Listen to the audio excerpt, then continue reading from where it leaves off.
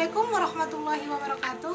Halo guys, perkenalkan nama saya Resi Julianti HSD, mahasiswa Universitas Islam Negeri Imam Bonjol Padang. Di sini saya akan membahas tentang Pusat Dokumentasi Budaya Minangkabau atau YDIKM. Pusat Dokumentasi dan Informasi Kebudayaan Minangkabau atau PDIKM Padang Panjang merupakan sebuah museum Minangkabau sekaligus sebagai objek wisata budaya yang berlokasi di Kota Padang Panjang. Museum dengan gaya arsitektur khas rumah adat Minang didirikan pada tahun 1988 dan diresmikan pada tanggal 17 Desember 1990 oleh Gubernur Sumatera Barat waktu itu Hasan Basri Durian, dengan nama awalnya yaitu Yayasan Dokumentasi dan Informasi Kebudayaan Minangkabau atau YDIKM. Sebagai pusat informasi, PDIKM menyimpan berbagai dokumen lama tentang Minangkabau baik dalam bentuk reproduksi buku, naskah, clipping, koran, foto, dan maupun mikrofilm. Kebanyakan terbitan sebelum tahun 1945. Sebagian diantaranya masih berbahasa Belanda dan Melayu.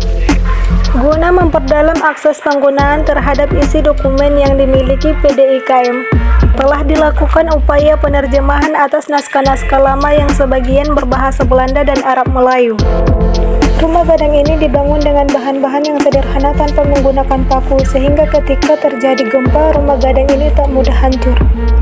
Rumah gadang memiliki 9 ruang kecil yang berjajar di antara anjungan, semuanya menghadap ke arah luar rumah. Jumlah kamar tidur ada 8, sedangkan satu ruang yang terletak di tengah-tengah berfungsi sebagai dapur. Setiap kamar dihuni oleh satu keluarga.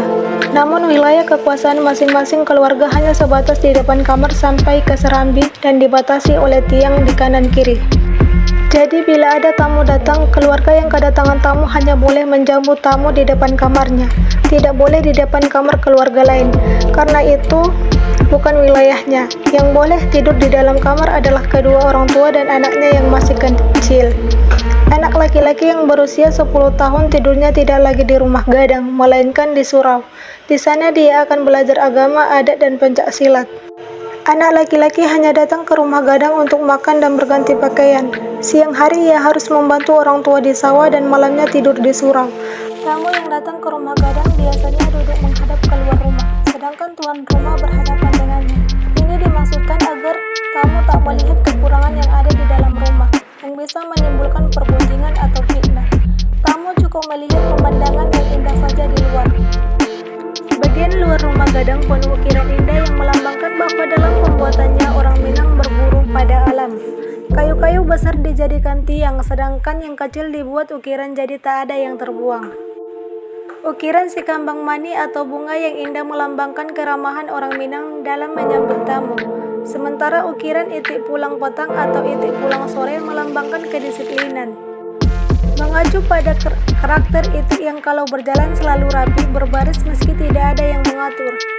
4 rangkaian atau lumbung padi yang berjajar rapi di depan kanan dan kiri rumah gadang juga memiliki arti. Bentuk keempat sama, hanya saja jumlah tiang penyangganya berbeda.